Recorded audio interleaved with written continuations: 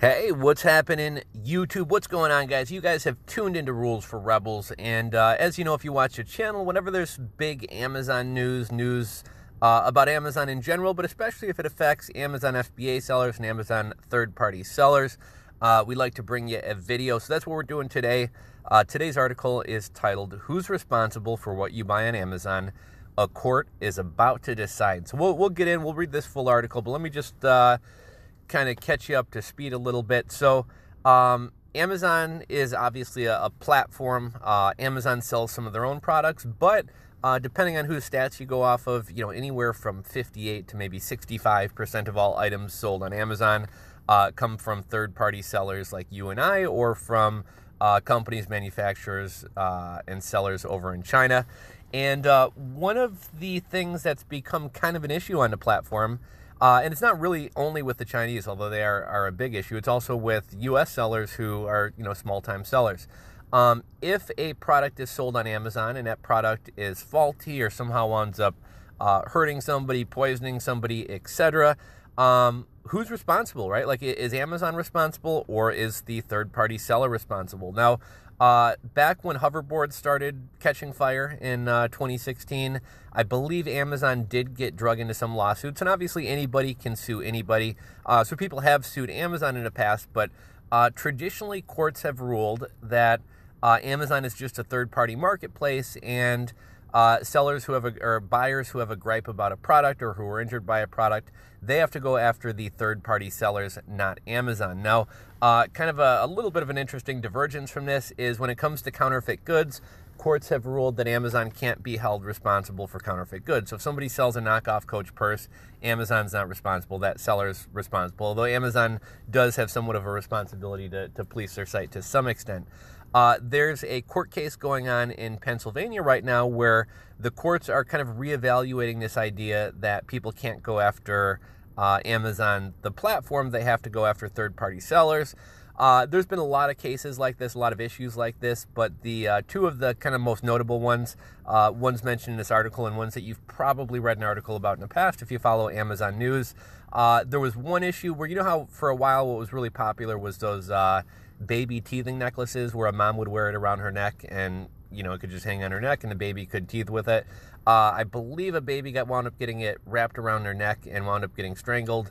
That was obviously a big issue. And then one of the more notable ones, which I've seen mentioned in a few articles over the years, is a woman in Pennsylvania had bought a retractable dog leash off of Amazon. Now, she took her dog for a walk. I guess her dog, you know, I don't know if it's a pigeon or something, started running after it. The dog leash extended, it wound up snapping, and, you know, it's retractable, so obviously it flew back and caught her in the eye, and it didn't just hit her in the eye, it wound up detaching her retina. I think she may have been blind from it. I've actually had that same thing happen to me in the past, wound up hitting me in the tooth and chipping my tooth. But, you know, these are just two of many stories. But the issue these people run into when, okay, this seller has a faulty product, like, you know, I need some compensation to fix my blind eye. I believe in that case it was a Chinese seller. Good luck going after somebody in China. Like, I mean, you're not going to fly over to China and sue somebody in small claims court. But even if the seller is not based out of China, even if the seller is in the States, you know, it can sometimes be hard to track down who to even sue. If somebody has like numerous LLCs and parent companies, it can be hard to figure out who you're actually trying to sue, and you actually need to know who you're going to sue them. But also, a lot of third-party Amazon sellers are small-time sellers, you know, small-time sellers like you and me. And, you know, obviously there's some very big, very profitable businesses selling on Amazon, but you also have, you know, the small guy, the teenager who's got $1,500 to their name and sunk all that money into a private label product to sell on Amazon. And what's the old saying? You can't get blood out of a rock, or you can't get blood out of a turnip. If you sue somebody who's got no money, well, you know, nothing's really going to come of it. So the courts are kind of weighing like a couple issues. One of the issues is because Amazon has control over their platform, the courts kind of want to give Amazon some responsibility for this. And what they mean by that is, if it would be one thing if Amazon was a Wild West, purely open platform and didn't get in the middle of anything and didn't police any issues. Right? If that were the case, well, you know, look, all we are is a platform. We don't get in the middle of disputes. Like, leave us out of this. But Amazon does gate categories. Amazon does suspend sellers. Amazon does exercise a lot of control over the platform.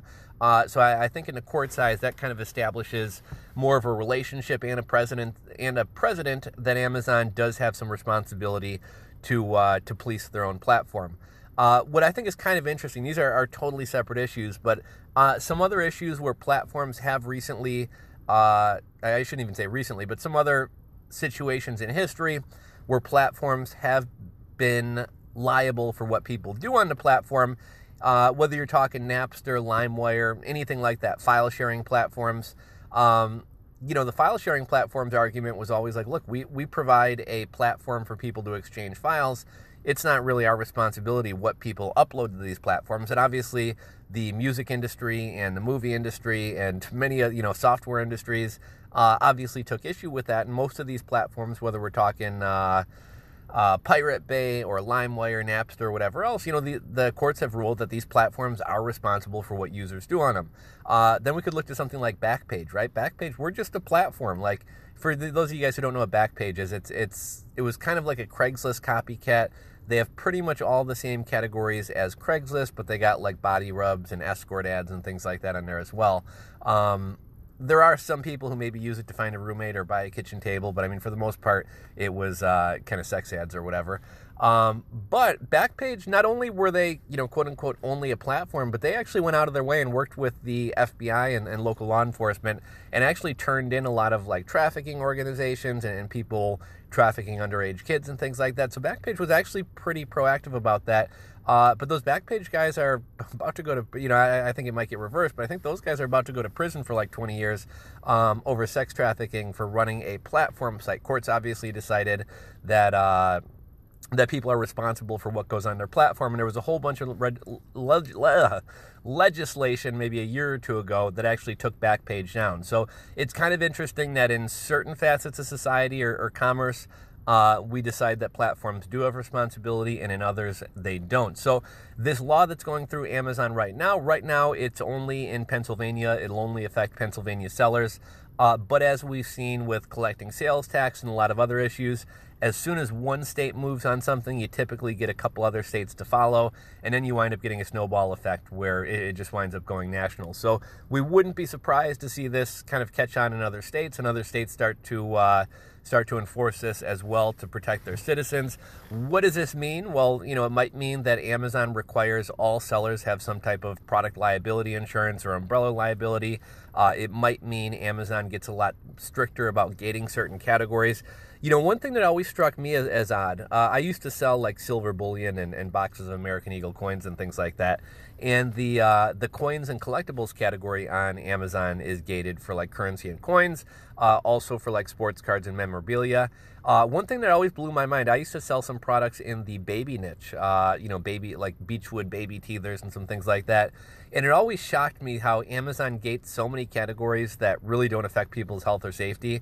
But the baby category, one of the categories you think you would most want to protect people, is, I don't know if it still is, I don't really sell in that category, but for the longest time was a wide open category, which kind of blew my mind. I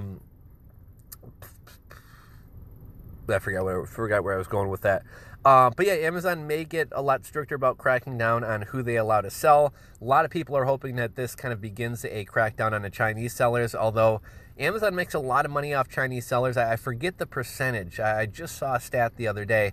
It's at least 28%. It might even be 38% of all sellers on Amazon are selling out of China. So it's a substantial amount. And to some extent, this is getting a little bit into conspiracy theory stuff. But I think a couple years ago, something called like Operation Dragon came out or something like that, where basically Amazon wanted to be able to offer like 24-hour shipping from China or 2-day shipping from China. But I mean, that's kind of Amazon's ultimate plan, is to get you and I and the little middlemen out of the way and basically just become a thoroughfare for Chinese sellers to get their wares to American buyers. But let's hop on into the article. I think I pretty much summed it up, but if this is an issue that interests you, this kind of discusses the court cases and kind of what's exactly going on here. So I'm going to read through the article for those of you guys who want to stick around. And the article is from CNN. I'll link to it down below. It's titled, Who's Responsible for What You Buy on Amazon? A Court is About to Decide. This one comes from New York CNN Business.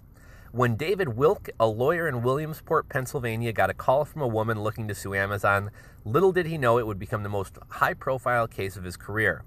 I will never have another case like this in my life, Wilk said.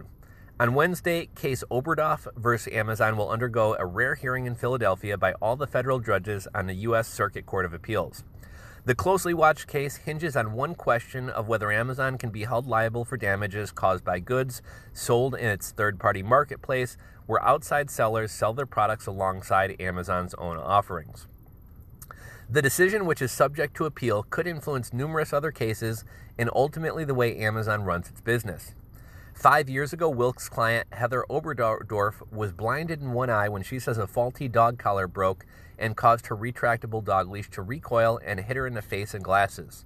She had bought that dog collar from a third-party seller on Amazon called the Furry Gang, which she nor Amazon has been able to locate, despite what Wilk described as extensive efforts. According to Amazon's 2018 report, 58% of its sales came from third-party sellers, many of whom ship directly to consumers. U.S. courts have routinely held that Amazon is not liable for defects or intellectual property issues to these third-party sales, viewing Amazon as a platform that connects buyers and sellers. Courts have held that plaintiffs seeking damages must sue the third-party seller directly. The Court of Appeals court decision in Oberdorf versus Amazon was a significant departure from previous rulings in their 2019 opinion. 2 of the 3 judges on the panel ruled Amazon was liable under Pennsylvania law as a seller of the dog collar that injured Oberdorf. The court looked at multiple factors, including whether Amazon was the only party for Oberdorf to sue. So part of it was like, if this woman can't even track down the seller, it's almost as if Amazon has a responsibility to bring the seller to the buyer if there is an issue. You know, if you're going to connect people to make sales, when there's issues, you also need to be able to connect them. And if nobody, Amazon nor Oberdorf or her lawyer, can track down this person to sue, well, then it falls back on Amazon, right? So it seems that's part of the issue. Amazon was only part available for Oberdorf to sue. Whether the holding company responsible would be an incentive to enforce safety protocols and legal terms the company signs with its third-party sellers. The judges decided Amazon should be liable in all these factors. Although Amazon does not have a direct influence over the design and manufacture of third-party sellers, Amazon exerts substantial control over third-party vendors, the opinion said.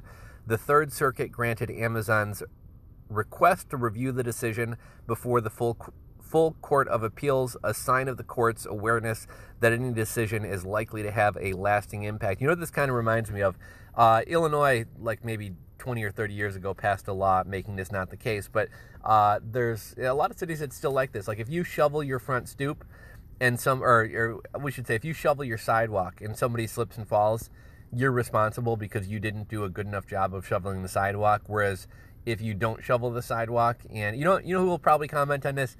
Icarus will probably comment on this. He seems to know a lot about these issues. So Icarus, school us, man. But years and years ago, I guess there was a law where basically if you didn't shovel your sidewalk and somebody trips, well, shit, you saw snow, that's a hazard, it's on you. But as soon as somebody shovels, if they don't do a good enough job of shoveling, well, then you can be liable because you didn't do a good enough job. So this almost seems kind of like that where, if Amazon just left this the Wild West, it's kind of like buyer beware. But because Amazon does exert some control, they can almost be held liable for not going further. Amazon declined to comment for the story, but previously has argued that it is not a seller and only provides a marketplace for other sellers. If you purchase any of these products or goods or services offered by these businesses or individuals, you are purchasing directly from those third parties, not Amazon. Another thing that kind of gets in the way is with eBay, the payment actually goes to your PayPal account. You're accepting the payment. With Amazon, it's Amazon's merchant processor. Amazon takes the payment, and then Amazon remits the payment to you, 2 weeks later. In my situation, a lot, it's been a whole month. They've kind of put a bit of a reserve on me. But anyhow, according to its conditions of use, Amazon does not assume any responsibility or liability for the actions, product, and content of all these and any other third-party sellers. Further, the company claims its listings are protected by the Communications Decency Act, which states that the online platform cannot be treated as a publisher of information provided by third-party sales on their site. If the full appeals court rules against Amazon, I think it could have a significant effect throughout the country, said Professor Aaron Tversky, who has written extensively about the Oberdorf case with his Brooklyn Law School colleague Edgar Janger. Though this case is brought under Pennsylvania law, Tversky said it could take only a few states to shift some precedent toward holding Amazon liable. Ultimately, the issue could wind up before the Supreme Court. A substantial shift in case law holding Amazon liable for third-party sales would change the way the marketplace operates, according to Shikari Kadali, vice president and principal analyst forecaster. She believes Amazon would respond by demanding more stringent vetting measures for third-party sellers and their products. Right now, many categories don't even require a seller to gain approval from Amazon. I think that would be a huge pain in the ass if every product in every category required approval. You know, I think it makes sense that some categories do, and maybe more than currently do should, but that just seems kind of crazy to me.